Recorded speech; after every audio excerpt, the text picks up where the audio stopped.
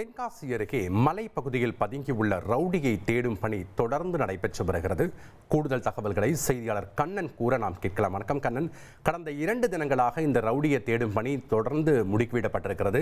தற்போது எவ்வளவு காவலர்கள் இன்னும் கூடுதலாக ஈடுபடுத்தப்பட்டிருக்காங்க? அங்க இருக்கக்கூடிய கள விவரங்களை பதிவு பண்ணுங்க கண்ணன். வணக்கம். தென்காசி மாவட்டம் கடையத்தைச் சேர்ந்த பிரபல ரவுடியான பாலமுருகன் மீது கொலை, கொள்ளை, வழிப்பறி என தமிழகம் மற்றும் கேரளாவில் 90க்கும் மேற்பட்ட வழக்குகள் உள்ளன. குறிப்பாக சொந்த ஊரான கடையம் காவல் நிலையத்தில் மட்டும் சுமார் 11 வழக்குகள் இருப்பதாக கூறப்படுகிறது. கேரள மாநிலம்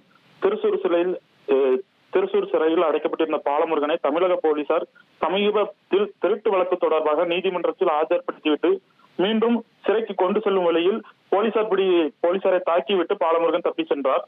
போலீஸ் பிடியிலிருந்து தப்பின்ற பாலமுருகனுக்கு புதிதல்ல, ஏற்கனவே இதேபோல் 3 முறை தப்பி சென்றுள்ளார். எனவே தொடர்ந்து கடந்த 3 வாரங்களாக தனிப்படை போலீசார் அவரை தேடிய நிலையில் சொந்த ஊரான கடையத்தில் அவரது மனைவியை பார்ப்பதற்காக நேற்று முன்தினம் பாலமுருகன் வந்துள்ளார். பின்னர் போலீசார் தன்னை நோட்டமிடுவதை அறிந்து போலீஸ் பிடியில் சிக்காமல் இருக்க நேற்று முன்தினம் மாலை ரவுடி பாலமுருகன் கடையம் அருகே ராமநதி அணைக்கு செல்லும் பாதையில் உள்ள சுமார் 1000 அடி உயரமுள்ள பொத்தை மேல் பதுங்கியுள்ளார். இது குறித்த உறுதியான தகவலின் பேரில் போலீசார் பொத்தையில் தேடும் பணியில் ஈடுபட்டு ரவுடியை இரவில் நெருங்கி பிடிக்க முடியவில்லை. அப்போது மழையின் காரணமாக 5 போலீசார் கீழே இறங்க முடியாமல் பாறையில் சிக்கி தவித்த நிலையில் சுமார் 10 மணி நேர போராட்டத்திற்கு பிறகு போலீசார் மீட்கப்பட்டனர். இருப்பினும் ரவுடி பாலமுருகன் பொத்தையிலே பதுங்கிய நிலையில் போலீசார் அப்பகுதி மக்கள் மற்றும் ட்ரோன் கேமரா உதவியுடன் தேடி வந்தனர். ஆனால் தொடர்ந்து மழை பெய்த காரணத்தினால் ட்ரோன் இயக்க முடியாத நிலையிலும் ஆட்கள் பாறையில் ஏற முடியாத நிலையும் ஏற்பட்டுள்ளது.